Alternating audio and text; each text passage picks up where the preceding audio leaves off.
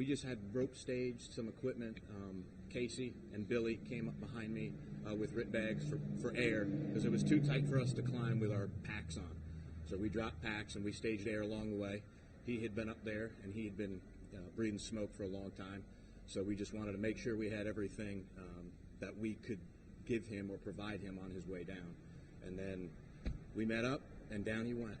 He wanted to get off that crane. Up at the top of the crane. We had been waiting for a little bit. Captain Bright said, "Murph, it's time to climb." So up we went. So with that, and then unfortunately, there's 2 rescues in the whole city. If something happens bad, one of the 2 is going to be there. We see a lot of bad things in our careers, but we don't have anybody else to call. It's us. We're the last straw, and that, as Murphy said, it come to a point where, again, we have someone on a crane that has been there for an extended period of time.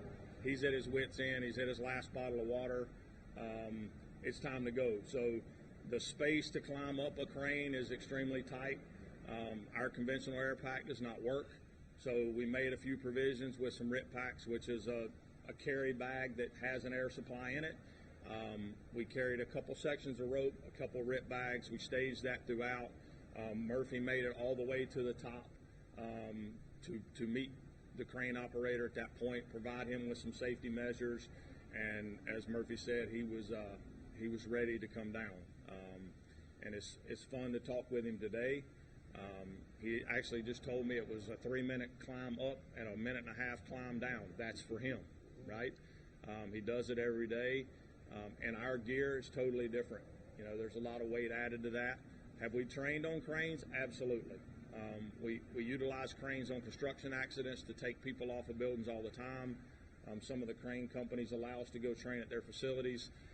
There's just a difference when it's a human up there that you're talking to on a radio that's been engulfed by flames and smoke for an extended period of time. So the risk to climb through the smoke environment to get to him, we couldn't wear an air pack, wouldn't fit.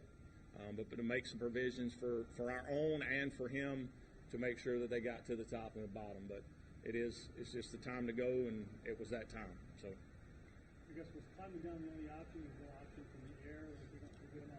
So we actually did call for a helicopter asset, which we are a part of a larger program for the state that y'all may be familiar with. But due to the column of smoke, the heat that's generated, all that's kind of a caveat to utilizing an air asset. So that part of it was denied temporarily. But I told the chief that was over us that day when that got denied that we were going to get him into discussion. So that's what we came to, and that's what was successful at the end of the day. Was we were able to get through the smoke to him, providing some protective clothing, and then obviously he was more than willing to climb down at a rapid pace.